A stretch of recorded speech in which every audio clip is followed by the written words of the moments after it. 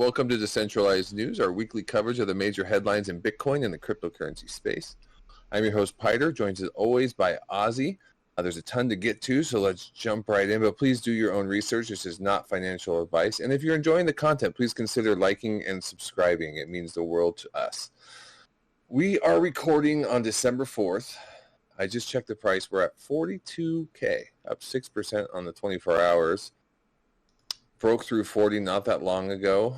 We are officially in Bullcember, it looks like. BTC is up 150% this year. The bottom was pretty much right at the end of the year, beginning of this year.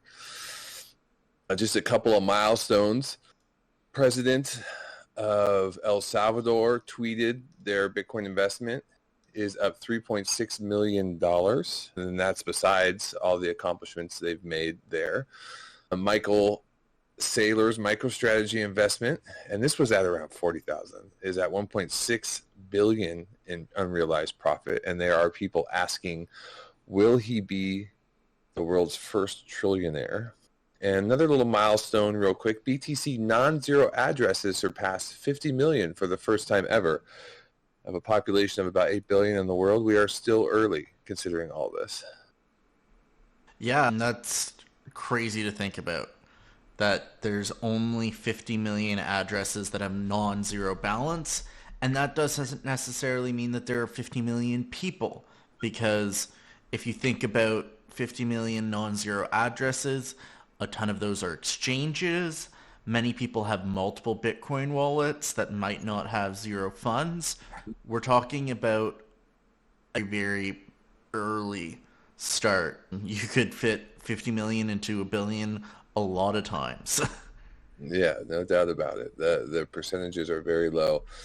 And speaking of Michael Saylor, he has not stopped. His conviction is second to none. I mean, he has been a huge proponent and a big part of adoption just for Bitcoin in general. And not enough can be said for him, really. But they have another acquisition of 16,130 Bitcoins. They have now accumulated a total of 174,000 at an average price of 30,200, right around there. It has led to surging stock price. They've been kind of de facto ETF, reaching 500 this month. The company's Bitcoin stance is undoubtedly helping this value, and its market cap is currently over 7 billion. Which is, it's significant. It's not crazy considering the fact that the market cap of Bitcoin right now is somewhere around 1.1 trillion. I mean, yeah, they just passed Berkshire Hathaway, and it was Charlie Munger, God rest his soul. He was not a Bitcoin proponent, though, but the same week that he passed away, that Bitcoin passed them up. So kind of like a changing of the guards subtly, a little bit. Oh, absolutely. There's a massive changing of the guard right now. And I think that is super interesting to see. As we've seen Binance kind of transition the guard from CZ to Richard Tang. We're now seeing, Berkshire Hathaway and Charlie Munger end their relationship, even though not willingly. And we're seeing a lot of other big changes in that same sphere. So that's something that we got to keep our eye on. Now, the big catalyst, there's kind of two main catalysts. One's kind of set in stone, you have the halving. But the other one is this idea of a spot Bitcoin ETF, and that it's going to happen. You have Bloomberg Intelligence kind of constantly reporting 90% chance happening in January. Now, this week we had Franklin Templeton. Their application got delayed, pushed back again. Now, they didn't have to make a decision until January 1st. And there's a little speculation around this that it opens up a window, kind of further cementing the fact that there's this 90% chance that it opens up a window in early January. Specifically, James Safeheart is reporting between January 5th and January 10th that this is when the window opens, and most likely, I think because of business days of the week, is between the 8th and the 10th. He is speculating. So I'm kind of watching this one date. So is it just everything getting priced in already, do you think? I think things are slowly being priced in. I think there's Other news around, just the total hash rate and mining difficulty continues to Mm. climb. And so I think those all influence the price. My dad literally sent me a text and he's like, Bitcoin's up this morning. And why? And the answer is hash rate. And then a story we haven't touched on yet, but I think is also important outside of the ETFs is just the massive slap on the wrist that the SEC got. We'll talk about that a little bit further, but I think the ETFs and that being priced in and everyone just trying to get in before the ETFs are approved is And a all this massive driving factor. and all this institutional money, trying to get ahead of that. I think everyone's trying to get ahead of the institutional money. I think whether or not it's institutional money, I don't think it's institutional money. I think it's just all the retail buyers are trying to get ahead of that institutional money.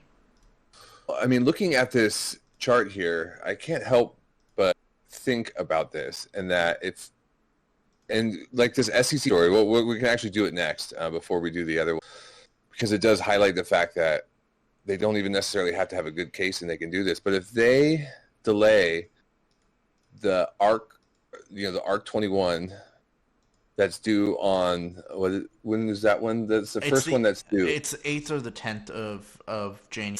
It's essentially the one that defines this comment period. And They need to handle this one before the 7th or before the 10th. They could literally wait till the 10th and deny it. And yeah, they come up with a new reason, not even a necessarily justified reason, or one that would hold up over the long term, but they could turn it down. And then the next pending dates are not until 3/15. It would kind of pop this bubble we're in a little bit. And the additional thing about it kind of keeps this BlackRock ETF approval 575 to 1 narrative still going. oh yeah, it's a totally plausible and possible scenario that I don't think enough people are taking into consideration. I've seen a lot of people saying, especially Bloomberg, 90% chance that it gets approved. I've seen other people saying it's going to happen done this deal. year. Yeah. It's just, it's a little bit of overhype and Yeah, that's my feeling a little bit as well, is that it's so hyped up, it's a little scary. And there's nothing wrong with hedging your bet a little bit, not financial advice, but hedging your bet and being prepared for maybe a little bit of a pullback. We have that chart up. I don't know if you put it up. It kind of showed those two lines on it, besides the 42K that it's popping at right now, is the 8-week moving average and the 20-week moving average, which shows some potential backs. I mean, typically when we have big run-ups, you could have pullbacks, and there has to be news to kind of drive it, but those are a couple of levels to watch out for. absolutely. I mean, we could come back to the 38K, we could come back to 35, or a lot of narrative around the 31K level. Yeah, the 30 and a half, 30 or 31, that would be about a 20-week moving average. 34, 35 would be an 8-week moving average. And 30, gosh, I mean, that was not that long ago we were sitting at that, even though we're at 42 right now.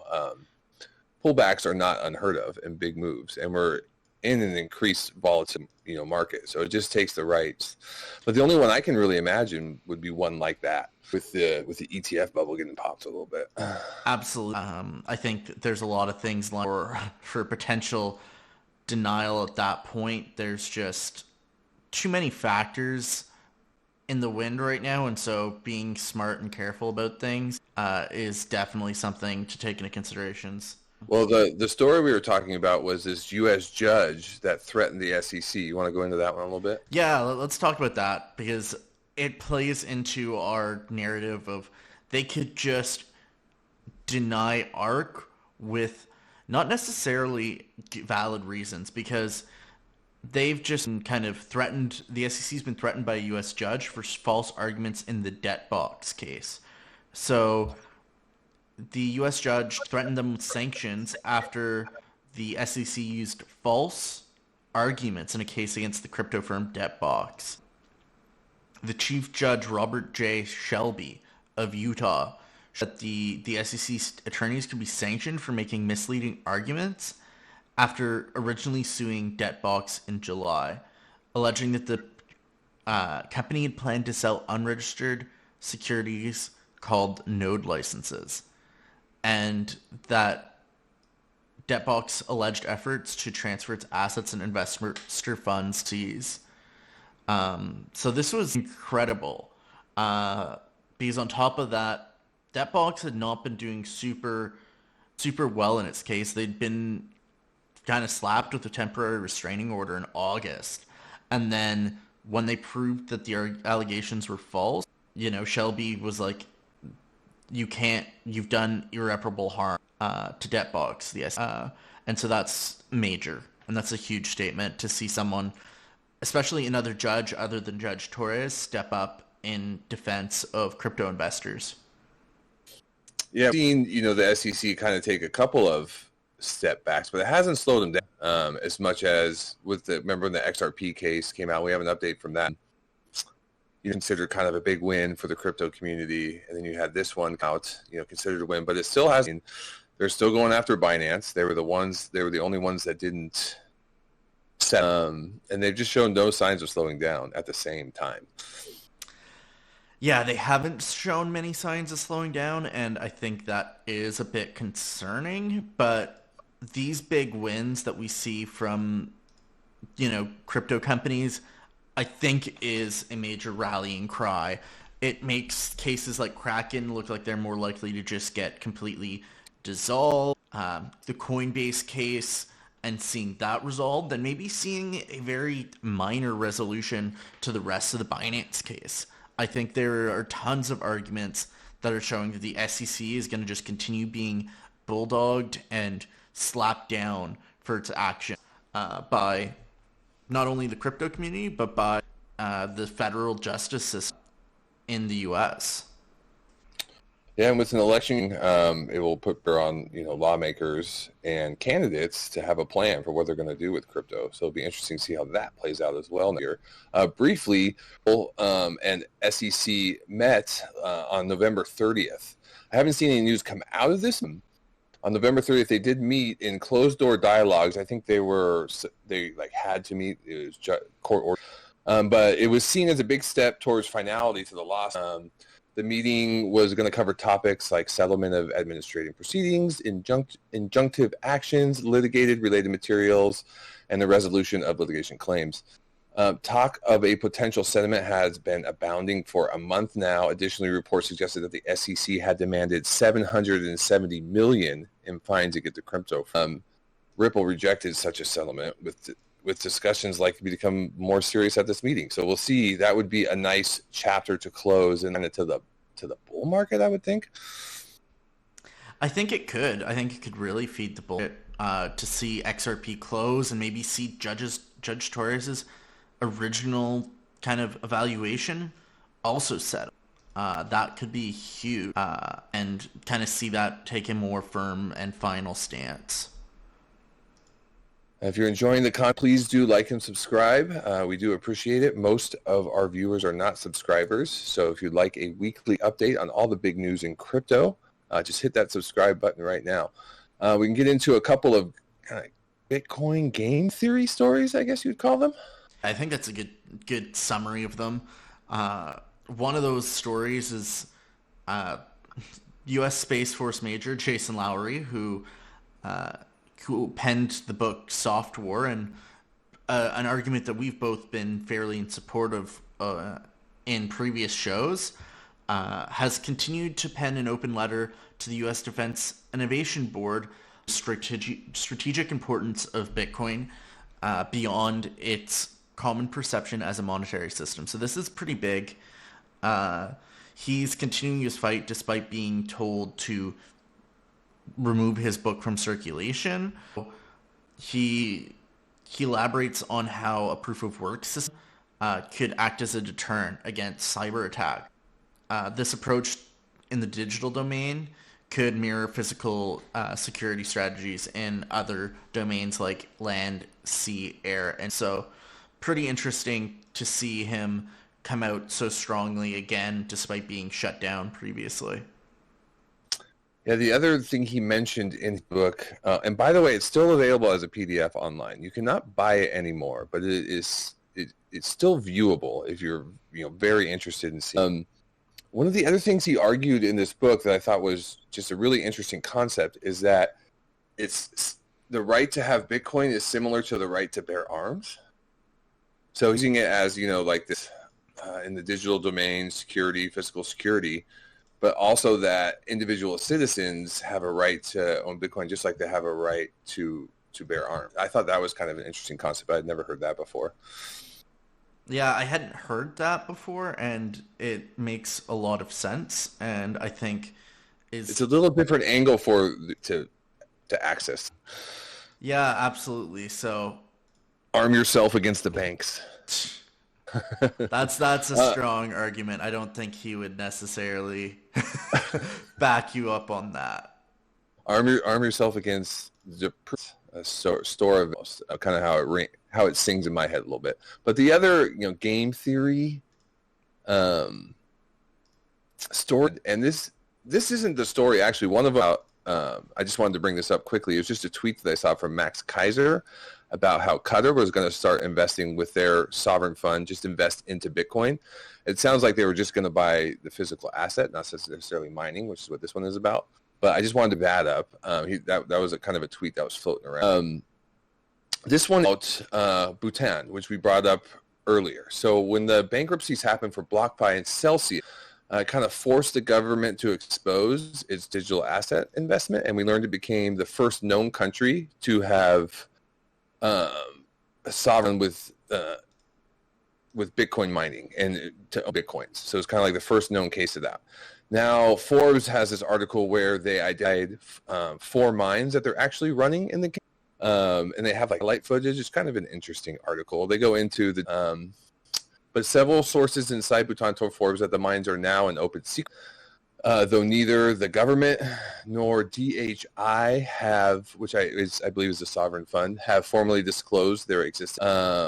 They have consistently declined to comment on the scope or financing of its cryptocurrency regime. Now, the 4 state-owned mines might not be even their largest. So in 2022, the country entered a partnership with Singaporean Bitcoin mining giant Bitdeer, which made Bhutan the seat of its Asian expansion.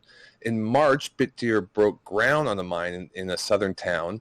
I cannot pronounce it. I'm going to skip it. 600 megawatt facility. When finished, it will consume more energy than the rest of the nation. That's just how deep they're getting into this. And for me, it's just hard to imagine that this is the only country that's doing this. So you have other countries that were kind of desperate at first getting into this, but it's working, and it just seems like more are going to follow.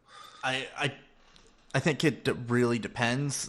It's got to be countries that have access to not only the finance. Although Bhutan's economy was suffering quite badly after during the pandemic, they did have quite a bit of funding, and they also have rich energy resources that is hard for them to export elsewhere because of their geography. And so this is what makes something like this very like the perfect recipe, the perfect cocktail. There's got to be a perfect cocktail for this. And so, but it like proves the use case, like, you know what I mean? Kind of proves the use cases to the rest of the world a little bit. Because you have examples like this in these small countries. You also have examples of companies doing it first, like MicroStrategy, and now we're seeing success there. Sitting at 1.3 billion in profit. Oh, absolutely. 6 billion. Excuse me. There's definitely like use cases, and this does prove a use case. I just don't know if there's as many countries out there that are doing this as you think. Yeah, I mean, I don't know. Have you ever heard of Samson Mao? No, haven't. He was in Colombia and Suriname, but he was trying out there trying to get people onto the internet and the use cases of Bitcoin, and one of them was Colombia, and the other one I know that Colombia is big on it right now. There's Colombia, Paraguay. There's a few different countries that are getting big on it. My buddy Jarrett in Colombia is friends with a couple of the guys that have recently met with Colombia to try narrative. So I know that there are definitely people out there. It's just not as, I just don't think it's as widespread or as established and all just yet, and why Jason Lowery is pushing this narrative so hard. That being, you have some other kind of news and more kind of depressing nation state news. FTX and Almeida's asset liquidation is continuing. Look On Chain has said that there's a significant transfer of about 22 million recently, and despite being able to reclaim 5 billion in assets, it still had liabilities exceeding. So they moved a bunch of IMX, which has a 1.8 billion market. Their share is valued at about 9.12 million. GMT, they've got a 5.29 million of GMT. They've got some ETH totaling about 3.43, and some Uniswap equating to about 2.69. Some shares, FTX still looming large in the market, but I wouldn't say as large as it was. So yeah, the one that stood out most to me was IMX. They also had an unlock on December 1st that I think was in the $60 or $90 million range. Don't quote me on it, but they had a pretty big unlock on the 1st. And they are notably down compared to the rest of the market today a little bit. Nothing crazy, but maybe that had this 9 million worth and the other 60 or 90 million, I forget which one it was. I think 60 million hitting the market as well. So there's some sell pressure there possibly. But yeah, that was the one that kind of stood out to me. But I mean, seeing this kind of wind down is nice to see a little bit too, honestly. Bear market. End of the bear market vibes. Yeah, the other kind of big thing, we've talked about Elizabeth Warren and her anti-crypto army, and she's my favorite.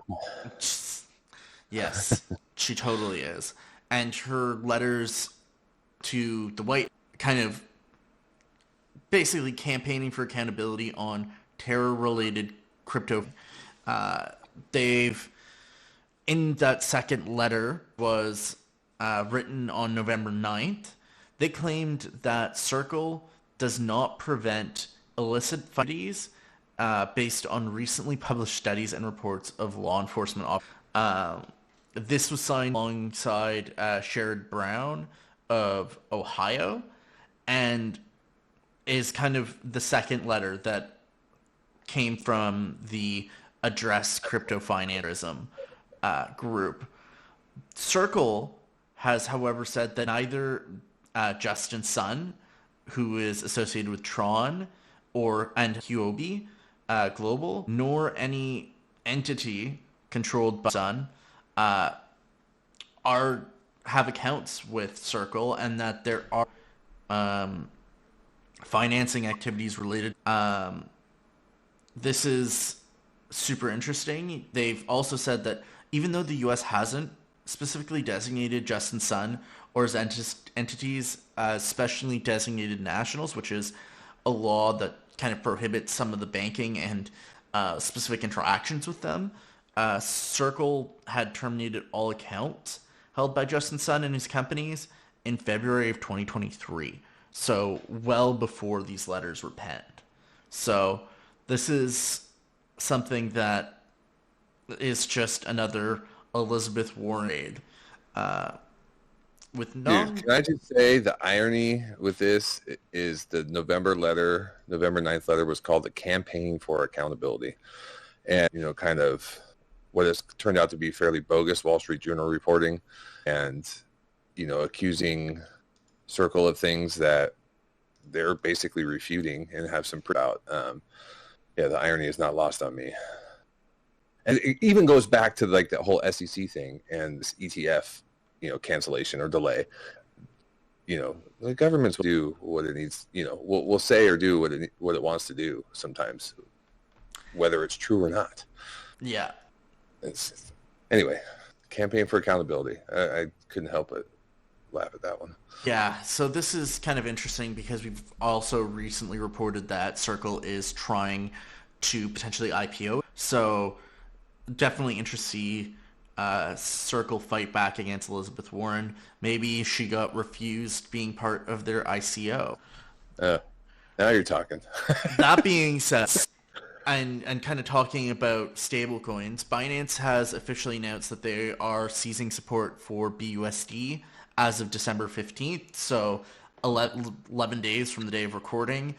Paxos, which is the company that actually issued it, was ordered to stop minting the token in February, but gave until February of 2024 for users to redeem it. They're halting withdrawals of BUSD on December 1st, and that Binance will convert any remaining BUSDs to FDUSD. So that is First Digital US Dollar, which is based out of Hong Kong. So I was like, wow, I've never heard of that, so thank you. they are not. They're slowly gaining some ground in the 3 billion. Oh, wow. Yeah, it's not. I personally have used it. I mean, I've used DAI, I've used USDC, I've used a lot of these others. Remember MIM, Magic Internet Money? Yes, I do remember MIM. Anyone Whatever happened to MIM? who knows? But this is kind of a shift towards, again, offshore stablecoins. Binance shifting away from Paxos, which is a US-based company, and shifting to something licensed in Hong Kong. This is kind of a step that was maybe expected for Binance, with BUSD support ending. So not major news, but still something to keep your eye on. This follows news that Philippines is also blocking access to Binance in the country. This is kind of part of a greater number of Western countries blocking access to Binance, and they said that the platform doesn't have the necessary licenses to operate within.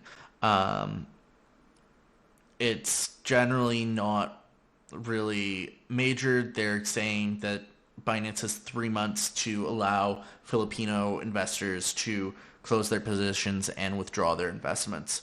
So, And they also had something about criminal charges and fines, so I mean, they could yeah, still have to deal with the courts. And there was also part of the story that they sent requests to Google and to Meta to stop the exchange from running advertisements. I don't know why they'd want to advertise in that country that they're not a part of anymore, but yeah. I mean, like, yeah, the 92,000. fines are 92,000 US dollars. It's nothing in the scope of things, which is why I didn't really feel the need to mention it. Someone else who's being sued is Ronaldo. He's been sued within the Florida District Court for promoting Binance, and plaintiffs are claiming that they suffered losses because Ronaldo promoted the platform. I really don't think that this is going to have any grounds. It is, however, pushing anyone from promoting exchanges, because apparently you can be held liable for people. Well, he can afford it. But you make a good point. And yeah, but I think it will kind of shy people away from promoting these things. Yeah, I think it's until like the dust settles on regulation a little bit anyway, maybe a few years from now. Yeah. I'm just not terribly impressed with all of these people not taking accountability for their own actions. Yeah, and blaming it on Tom Brady or or whoever else, because yeah, it's just, they're also saying that he was soliciting investments in unregistered securities when really he was selling fan NFTs. They weren't supposed to invest it. They weren't. They weren't fan. They weren't securities of any kind. He wasn't promising any kind of returns, and so people are just being absolutely ridiculous. Yeah, it's a bit greedy, and it seems like an easy target, because it's like, oh, he's got a ton of money, let's sue him for it. But I mean, influencers and stuff like that, be careful who you take payments from. But it's not all bad news for Binance, and there is some sign. They've delisted Tornado Cash. Now, Tornado Cash can be used to make anonymous transactions on the Ethereum blockchain. And last year, the U.S. Department of Treasury, Office of Foreign Assets, or OFAC, designated Tornado Cash as a sanctioned entity. which barred both people in the U.S. and companies wishing to operate in the U.S. from engaging in financial interactions with the open source software. So a little bit of a tricky situation there. But Binance agreed to a historic, as we know. And the new Binance CEO, Richard Tang, on Monday outlined his vision for the crypto exchange, focusing on a commitment to regulatory collaboration. And what's that? They're going to delist Tornado Cash. So this is a little bit of a sign of maybe Binance surviving, to me, honestly. It's a strategic move, that's for sure. They're making efforts to try and live, and I think just avoiding getting under more scrutiny than they need to. It's just a smart move on their looking kind of towards them building a future. But they've also announced that they're building a layer 2. And this has kind of been something that was already announced, but they've now introduced their roadmap, and they're hoping to reduce the fees on and increase the transactions per second. With a potential release date sometime in Q3. So this is something to keep your eye on, and if you want to keep an eye on the rest of the news, please consider liking and subscribing, because it really means a lot to us and helps you out. Now into some macro. All right, so it looks like the market thinks there's going to be rate cuts midway through 2024. And it was interesting. There's not that many more meetings until the March rate cuts, potential rate cuts, or, the market sentiment gets over 50% for rate cuts. In between, we got unemployment data coming out this week, starting Wednesday, and with the big report coming out Friday. Then next Tuesday and Wednesday, we got CPI and PPI, and Wednesday also the rate decision. And then we have one more rate decision, and then we got February off, and then we get to March, where we're starting to see the market expect a cut. Yeah, we're really far away. Sentiments keep shifting a little bit earlier. In Canada, we just had a negative GDP month, so starting to see weakening a much earlier market. Expectations of a cut have 30% for March. Compared to last week, which is a significant percentage jump. It's still something to watch out for. May is all, but it hasn't changed expectations more than about 20%. 20% are expected in May, more than last week. So this is something to watch, and we'll see how this impacts what's going on. We're only 8 days away from the current announcement, and we are still seeing... Which is a 99% no cut. So not expecting big moves from that. 96 now. Oh, I saw 99 this morning. But yeah, maybe it's changing a little bit. What is it moving towards, cut? 96? No, potential boost. That's on 99 this morning. So it's 96% for rates staying steady with a 4% expectation of rates going up. Oh, going up. Okay, so that's even changed since we started taking notes. Interesting. But yeah, more and more it seems like the sentiment is that the terminal has been achieved. Depending on with the numbers, and that cuts are on the horizon. That's the general sentiment. Yeah. See how it plays out, though. But it can change, though. That sentiment can change. That sentiment can definitely change, and it's definitely something that I'm watching. I think when we start seeing a pivot in rates, a massive, massive driver for when that bull market starts kicking on. I think to see the rates just start dropping, there's that much more capital in the market. Anyone with a variable rate mortgage all of a sudden starts having a bit more cash in their pocket every month. When could very easily be what they target, especially if we get the ETFs in January. Only exciting news or we're seeing in the market, kind of getting into off of macro and into the altcoins and DeFi. JPMorgan had a report that highlighted a resurgence in DeFi and had really taken a hit, even more so than altcoins. in general. But the giant shed some light of optimism in the DeFi and NFT sectors. In a report published Thursday, they revealed notable more activity spurred by an improved crypto market sentiment attributed to the recent expectations. They also created some optimism that this might be behind us in the medium term trajectory for DeFi and NFT. They further wrote that some DeFi recovery is natural given the rise in trading activity in decentralized exchanges, so kind of highlighting the growth in decentralized exchanges versus centralized ones, which took a big hit in this bear market, quite honestly. A lot of trust was lost, centralized exchanges. Analysis also pointed out that Ether, which is suffering from scalability issues, has underperformed other cryptos, impacting the overall total value locked, but it has led to the emergence of new blockchains, types of DeFi protocols, just numbers of them, and NFT platform, which is seen as encouraging, according to Yeah, I mean, JPMorgan getting bullish on crypto. on And on DeFi, I think that's a pretty strong sign that the bull market is that far around the corner.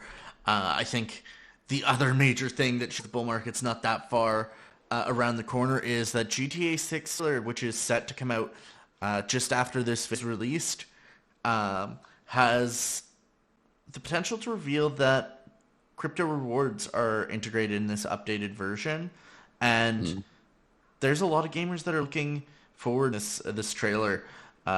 Is bullish on interactive stock, the makers of GTA 6, because of this new announcement. So keep your eyes out on that. And one of the big narratives going into this bull run is also just the GameFi narrative and all the blockchain gaming that's being built. And this could be a boost just for pretty much all the coins in that narrative. Not financial advice, but potentially. GTA is huge. Oh, absolutely. GTA is massive, and I do not see a reason why it couldn't be one of the largest drivers of this next bull market. Now, another narrative that we're kind of watching, or, you tend to see this after the market takes off. And you're like, oh, the bull market's here. What was I doing? I'm sitting over here on the sideline. It's trying to find laggers. Now, again, not financial advice. Nobody knows what's going to happen with the market. Go down tomorrow. But looking for, in the search for that, we're kind of been around, right? And Polygon has some news coming out this month that could be a catalyst for them. Now, I had an interesting tweet from the co-founder Sandeep. A few updates. One, Polygon Connect is a big event in India on December 7th. Come out of these things, and some hype. They also have a public demo coming out on December 14th for next generation CK product. And then on December 20th, they have plans to announce products that will improve, real world asset institutional adoption. So they have kind of a string of news lined up this month.